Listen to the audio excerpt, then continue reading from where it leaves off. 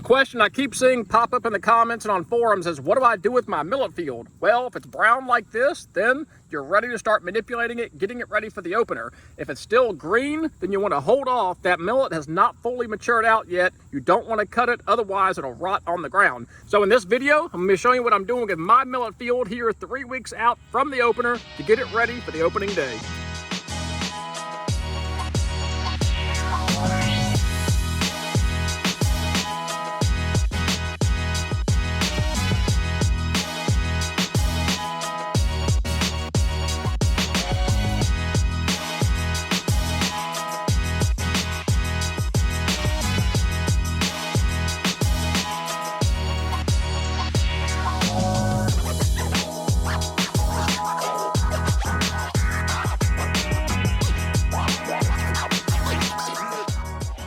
10 days after spraying the grass killer in here, sure enough, we killed off and yellowed out most all the grass that was in here, and now we have exposed just how much millet was actually down in here. We've got a lot of millet in here. This is the Dove Proso millet, fully drying out. Got a lot of brown top millet down here. It's hard to tell, but this field is full of millet, and now that we've sprayed and killed out the foxtail and some of the grasses and things, those have all yellowed out and are dying. Now, I don't want to give them no credit because they also have seed on them. You know, barnyard grass, foxtail, all that is seed-bearing stuff, so we just didn't want it to be too green in here when we went to try and burn it. But I think we are going to be in good shape here. The horse nettle is still yellowing and stressing out from 2,4-D treatments. We got pretty good control into that. But overall, we have got a ton of millet in here. Now we've just got to fire burn it and clean up this ground.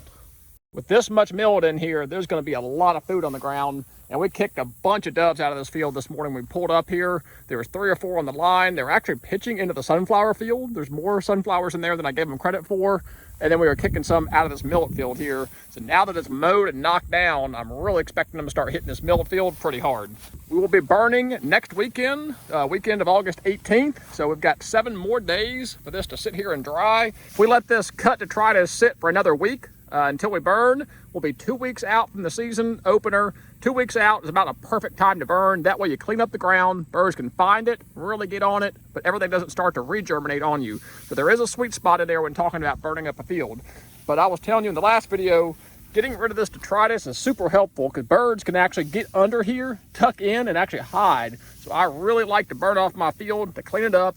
That way you can see predators like copperheads and snakes and things, but you can also find your birds. So this millet field is now prepped. I mowed everything that was green, has been mowed. The rest of it's going to naturally kind of brown out over the coming week. Then we're going to set fire to it weekend of August 18th.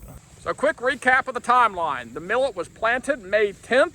We did a broadcast seeding over exposed bare soil over most of it. One area was no-tilled into some standing wheat, and I can tell you it made no difference. Both sides of this field look identical, whether it was broadcasted onto bare dirt or broadcasted into the standing wheat. If you've got a wheat field, you can just broadcast your millet straight into it. You can expect the same results. After broadcasting it, we top sowed it with some fertilizer. We fertilized it about 80 pounds of nitrogen to the acre. Then we let it run all the way to maturity, which ended up being about 55 days this year with all the rain. We had full maturity and the seed beginning to dry out. Now we've come in here the first week of August, bush hogged it, to start drying it out really good to get ready for fire burning. That's the process. Broadcast it, fertilize it, let it run all the way to maturity, mow it, fire burn it, go dove hunt. Now that I mowed it, I can see more horse nettle than I saw before when it was standing. A lot of it is yellowed out and very stressed out. We did a 1 ounce per gallon, basically 1 pint per acre, 2,4-D treatment on this horse nettle, and it killed a lot of it. It stressed out a lot of it, but we certainly didn't get all of it. Trying to get a jump start on next year, keeping this from going to seed. That's the biggest thing, is all kinds of rhizomes and things underground, but we're trying to keep this guy from seeding out again this year. Heard a guy ask, I've got a field full of Johnson grass and foxtails and things. Can I just let it grow naturally, then spray it and burn it just like your field? And I said, absolutely. You don't have to plant millet as long as you've got something that is seed bearing. And a lot of these grasses are seed bearing. The Johnson grass, foxtail millet, a lot of different volunteer things all produce seed.